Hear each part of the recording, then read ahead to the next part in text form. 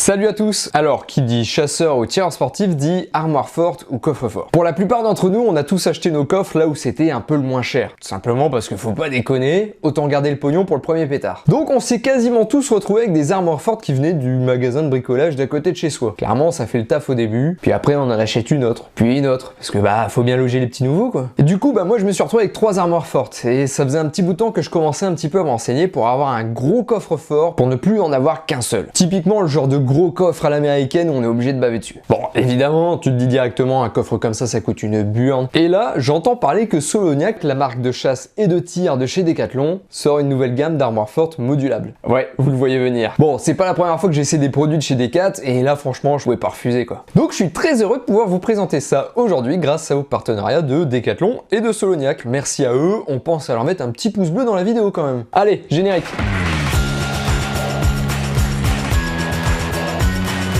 Bon, aujourd'hui, on va pas passer par 4 chemins, on va aller directement à l'essentiel et savoir qu'est-ce qu'il y a de bien dans ce coffre-là. Et ça va être sa modularité, c'est vraiment le point fort. Alors déjà, ils sont partis d'un coffre vide. Ensuite, ils ont ajouté plein de petits ergots au fond et sur les côtés du coffre. Et c'est sur ces ergots que tu vas pouvoir attacher des râteliers et des étagères qui sont fournis avec le coffre d'origine. Mais on va pas s'arrêter là parce qu'évidemment, ils ont fourni plein d'accessoires. On va y revenir après. Avant ça, on va parler un petit peu format parce qu'au final, c'est bien une armoire forte, mais il faut qu'elle ait une taille assez conséquente pour que ce soit pratique. Donc, ils ont fait 3 formats différents. La L que je vous présente aujourd'hui fait 80 cm de large, la M fait 60 et la S 40. Et elles sont toutes sur la même base de 1,45 m de haut, ce qui est déjà quand même vraiment pas mal parce que genre un Mosin Nagant c'est quand même une grande canne à pêche et il passe largement dedans. Et en profondeur ils font 40 cm, ce qui est plutôt confortable quand même, on va pas se mentir, la plupart des coffres ils font 35. Là 40, déjà t'as un petit peu moins d'appréhension, rien que déjà pour ton fusil à lunettes et t'as pas envie que ta lunette elle frotte au fond. Et ça te fait plus de profondeur aussi pour stocker des boîtes de munitions par exemple. Et comme ça reste une armoire forte, d'origine ils fournissent 16 supports d'armes sur celle que je vous présente aujourd'hui, la L. Sinon il y en a 13 pour la M et 10 pour la S. 10 c'est déjà quand même pas mal. Bon, en soi, pouvoir mettre 16 armes, c'est bien, mais en vrai, c'est pas ce que je cherchais avec ce genre de coffre. C'est que ce soit modulable. Rien que pour le côté satisfaisant quand tu ouvres ton coffre, tu vois toutes tes armes bien rangées, pas trop agglutinées avec tes munitions à côté. Enfin, il y a un petit côté satisfaisant dans tout ça qui fait vraiment plaisir. D'autant plus de pouvoir stocker pas mal de munitions parce que l'air de rien, les munitions, faut les stocker, surtout en catégorie B, quoi. Donc là, l'avantage, c'est qu'il y a énormément de place et c'est vraiment ce que je voulais, c'était une grosse armoire forte, histoire de vraiment se faire plaisir, avoir de la place, avoir de la modularité. Demain, j'achète une arme, je m'en fous, je sais que ça passe dans le coffre. Et puis au-delà de ça,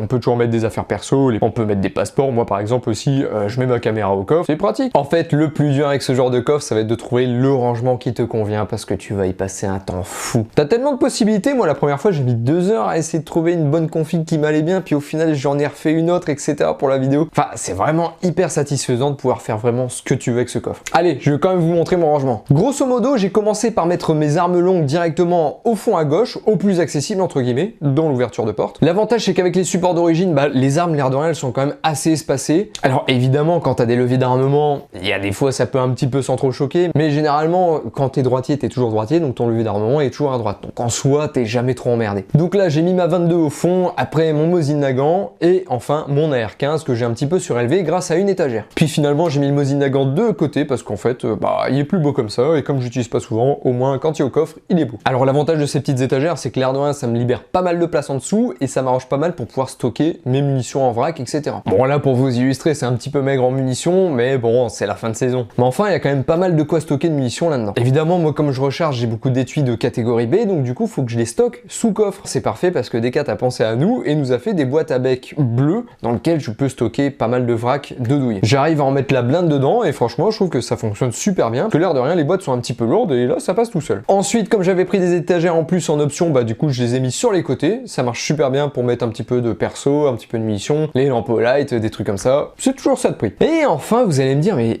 tir national, ton truc c'est les armes de poing là, elles sont où? Et va falloir attendre, parce qu'il n'y a pas de support pour armes de poing pour l'instant. Enfin bref, c'est parce que Soloniac n'a pas oublié ça, et il bosse justement sur un projet de support d'armes de poing. En attendant, moi j'allais pas les poser en mode les couilles couilles sur une étagère, j'ai récupéré les râteliers d'origine et franchement pour du en attendant, bah ça fait largement le taf. Parce que là même un CZ avec la lampe, le chargeur, etc. ça tient bien. Donc bah je suis quand même plutôt content. Et donc du coup bah je les ai mis à l'entrée parce qu'au final même si c'est devant la 22 et le Mosin, c'est ceux que j'utilise le moins, donc bah c'est pratique. Sinon petit aparté, comme j'ai une imprimante 3D, bah évidemment j'ai essayé de me faire un support pour arme. Donc j'ai imprimé ça fonctionne pas trop mal. En soi avec une imprimante 3D et un coffre comme ça, tu peux être que heureux parce qu'en vrai tu fais ce que tu veux avec. Là je suis en train de regarder pour faire des portes chargeurs. Bon, on verra ce que ça donne. En tout cas, ils continuent de bosser sur ce projet de support pour arme de poing. On les attend avec impatience. Mais ce qui est sûr, c'est que normalement, on sera pas déçus parce qu'ils prennent vraiment l'avis des tireurs sportifs. Il y a un groupe Facebook qui s'appelle Jérémy Co-Conception Solognac et bah, ils prennent les avis et ça, c'est cool parce que je pense qu'ils vont faire vraiment quelque chose de bien. Pouh, les tournages en été, c'est hard.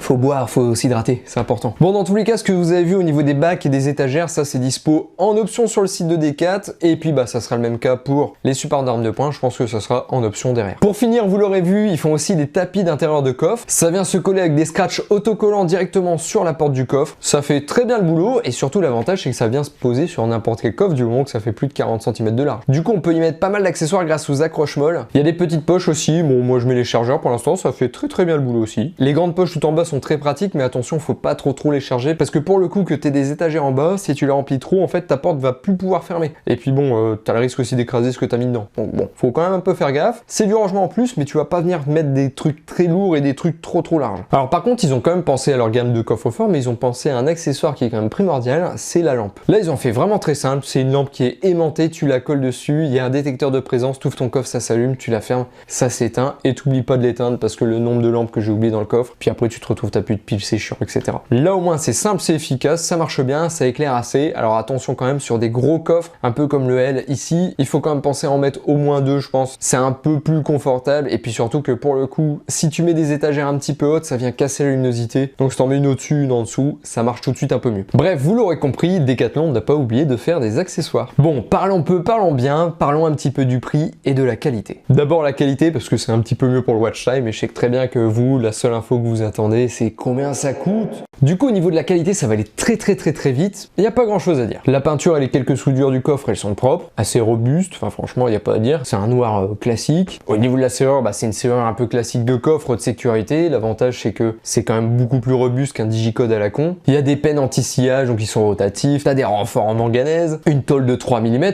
bon 3 mm ça reste quand même pas mal, surtout quand tu compares avec les coffres de chez ton magasin de bricolage. Bref, de quoi être égal avec la concurrence, donc pas de compromis sur la sécurité. Et puis juste dernière chose avant de parler du prix, ça reste du Decathlon. Donc ça veut dire que potentiellement tu peux le faire en drive à ton Decathlon du coin. Ou tout simplement te le faire livrer chez toi. Alors attention, 150 kg à vide, prépare ton meilleur pote parce qu'il va te détester. Il arrive à peu près anonyme, bon je crois qu'il est marqué Solognac dessus, un truc comme ça avec le poids, mais il n'est pas marqué armoire forte 16 armes, on préfère toujours être un petit peu plus discret. Allez, ça y est, on va parler pognon. Alors celle que je vous ai présentée aujourd'hui, la L d'origine avec les 16 supports et les 4 étagères coûte 1000 € tout rond. Avec les options en plus, il y en a pour 170 € pour avoir exactement la même que moi. Tout ça comprend les bacs bleus, les étagères, les tapis de coffre et la lampe. Quant aux autres, la M fait 800 et la S 600. Bah t'es là toi, je t'avais pas vu. Ouais, tu kiffes ta vie toi. Hein. Alors oui, par rapport au prix d'il y a 5 ans, ça fait un petit peu mal au cul. Mais quand tu regardes un petit peu la période actuelle, bah au final c'est pas si déconnant que ça. Évidemment, tu payes un peu le côté modulable, tu pourrais avoir moins cher pour plus d'armes quasiment. Mais le côté modulable, tu l'auras pas. Donc bon, c'est un peu le jeu. Évidemment, sur ce genre d'armoire forte, quitte à avoir un modulable, autant prendre le plus gros. Et là où je vais le conseiller le plus, parce qu'au final, moi j'en suis très content de cette armoire forte. Après, selon les budgets, ça reste un investissement ce genre de truc. L'avantage c'est que, une fois que tu l'as, on n'en parle plus. Puis là, vu la taille que t'as, c'est équivalent 3 voire 4 coffres de magasin de bricolage. Bon, 3 fois 230 € maintenant aujourd'hui. Bon, le calcul, il commence à se faire quand même. Hein. Donc voilà, on en a fini pour aujourd'hui. Un grand merci à Jérémy Compiègne d'avoir pensé à moi pour cet essai. Et puis, bah, merci aussi à Decathlon et à Solognac pour leur confiance. Ça fait toujours plaisir. En même temps, présenter des bons produits comme ça, moi ça me gêne pas. Hein. Et enfin, pour finir, à l'heure où je tourne cette vidéo, je ne suis pas encore papa, mais si vous la voyez, je le serai déjà sûrement. Ça veut pas dire plus de vidéos, ça veut dire surtout peut-être un ralentissement de la production pour Tir National, mais en tout cas, je compte sur vous, sur votre audience, et pensez à moi de temps en temps, tapez Tir National dans la barre de recherche YouTube, parce que les algos, les recommandations, ça devient un peu terrible. Mais je compte sur vous pour pouvoir continuer cette aventure de Tir National, et puis bah, on verra où est-ce que ça nous mène. Merci aux abonnés, et puis bah normalement prochaine vidéo, soit ça sera la présentation du Liman Cyclone qui est derrière, soit j'ai un Canik Rival qui est dans le coffre et qui nous attend, donc bah on verra. Allez, bisous.